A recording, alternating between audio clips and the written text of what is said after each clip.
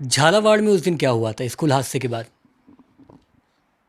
वो कार्यक्रम था उसकी बात कर रहे हो जी। आप। देखिए, वो 9 अगस्त विश्व आदिवासी दिवस का उन्होंने पहले से ही डिसाइड कर रखा था कार्यक्रम का। तो हम लोग गए थे वहाँ पे। और जो झालावाड़ की जो घटनाक्रम हुई थी स्कूल स्कूल वाली, उससे पहले ये कार्यक्रम तय था।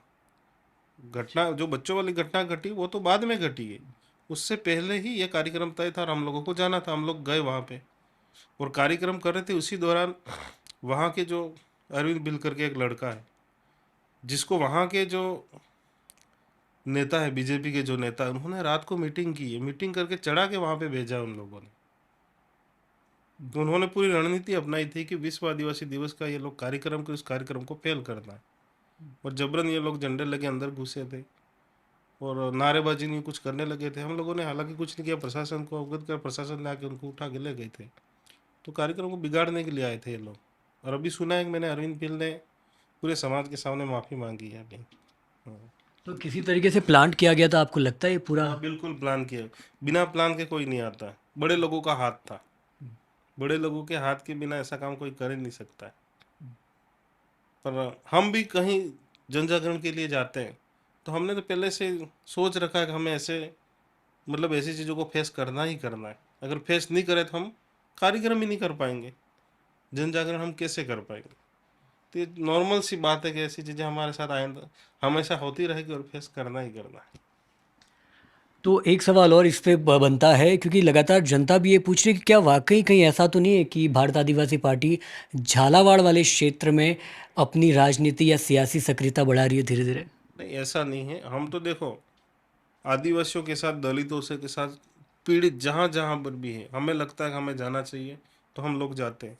राजनीतिक उद्देश्य से हम लोग नहीं जाते।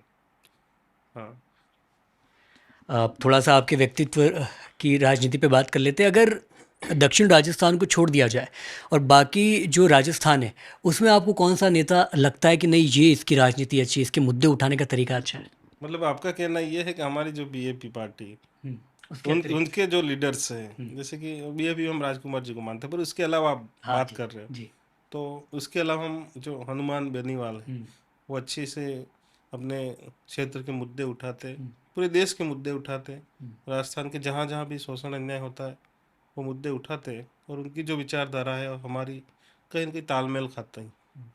हम उनसे मुलाकात करते हैं, जब उनसे इंटरव्यू करते हैं तो उन्होंने भी एक ही चीज़ बोली है। कहा कि बीएपी जिस तरीके से बढ़ रही है, इतने कम समय में 4 विधायक, एक सांसद दे दिया, वो उनकी जो पार्टी आरएलपी उससे भी ज़्यादा मजबूती के साथ बढ़ रही है। तो काफ़ी प्रशंसा करते हैं आप लोगों की। हाँ, देखिए, काम जब काम कर रहे हैं, मेहनत कर रहे हैं, तो वो दिखती है लोगों को, लोग देख रहे हैं, समझ रहे हैं। जब समझ रहे हैं और देख रहे हैं तो मुंह पे तो आ ही जाती है बात। हाँ। और एक और चीज़ है कि क्योंकि वो पूर्वी राजस्थान की राजनीति में ज़्यादा सक्रिय है, तो मान लीजिए क्योंकि भारत आदिवासी पार्टी लगातार अपने अस्तित्व को बढ़ाने का प्रयास कर रही है, तो अगर कभी पूर्वी राजस्थान में प्रवेश करना हुआ तो क्या किसी तरह की गठबंधन की भी आशंका है बीएपी और आरएलपी की? देखिए, वो गठबंधन वाली जब बात आती है तो ये हमारी जो कोर कमेटी है, हमारे शीर्ष क्रम वो तय करेगा कैसे क्या करना है। हाँ।